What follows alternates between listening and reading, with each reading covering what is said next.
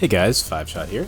I've been wanting to make a Wrath of the Lich King top 5 rogue PvP tips video for a long time now.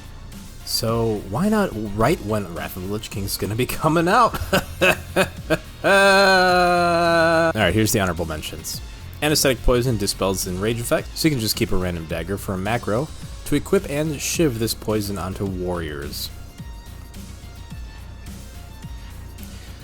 Disarming traps can now be done from 20 yards away. Weapon specs were combined, for example, fist and dagger. So if you're raiding, you can have a fist weapon and a dagger offhand, and you still get the bonus. And finally, flash powder is no longer needed for vanish. Hell yeah. Number 5. The only reason this is so low on the list is because lots of people will be human or orc for PvP, because those are very good races for PvP. But if you're a night elf, Shadow Meld in Wrath of the Lich King is now buffed and acts as a pseudo vanish. As seen here in my old Wrath pre-patch video, I use Shadow Meld as a vanish to reopen on my target. Number 4. Dismantle removes shields. This is a new spell learned by all rogues in Wrath, and not only does this disarm another player's weapon, it also removes their shield, decimating their defense. If a warrior is playing defensive against you, just remove their shield. And cold blood into a mutilate. Why did I say cold blood into a mutilate? You'll find out.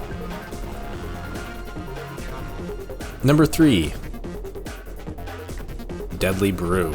If you're going assassination, this is a must-take talent. Not only will you be reducing healing done with wound poison, but you can also apply instant or mind numbing as well, or deadly for that matter, and have crippling poison applied to your target. Crippling is essential for PvP to make your target stay close to you, as well as wound poison for reduced healing. So, with this talent, you can have that third poison on at all times. Number 2, Mutilate's hidden secret. And no, it's not that Mutilate no longer has a positional requirement, which is cool. While Shadow Dance may be amazing for coordinated PvP, Mutilate is a great second option, and great for solo PvP. It may not look it at face value, but Assassination got buffed majorly with Wrath as they increased poison damage and one other hidden aspect. I'm gonna sneeze.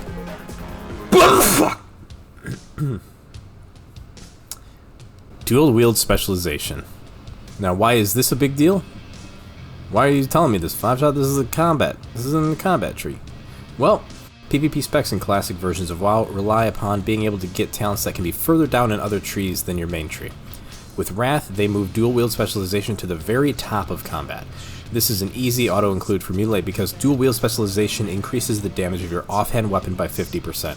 Normally, this isn't a big deal at PvP, as other specs have your main damage come from finishers, combos, damage from main hand attacks, etc.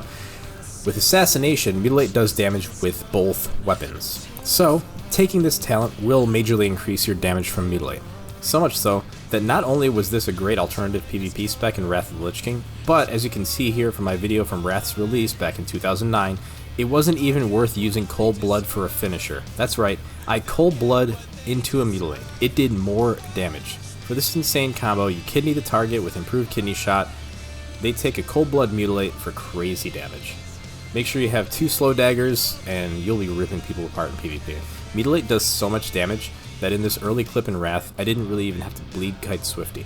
And the number 1 thing added was Shadow Dance. Now I just said that Shadow Dance is better, obviously, for coordinated PvP, and you might find Mutilate better for solo PvP or, out in the world, but Shadow Dance is phenomenal. It adds just a bunch more potential to be tricky against your opponents.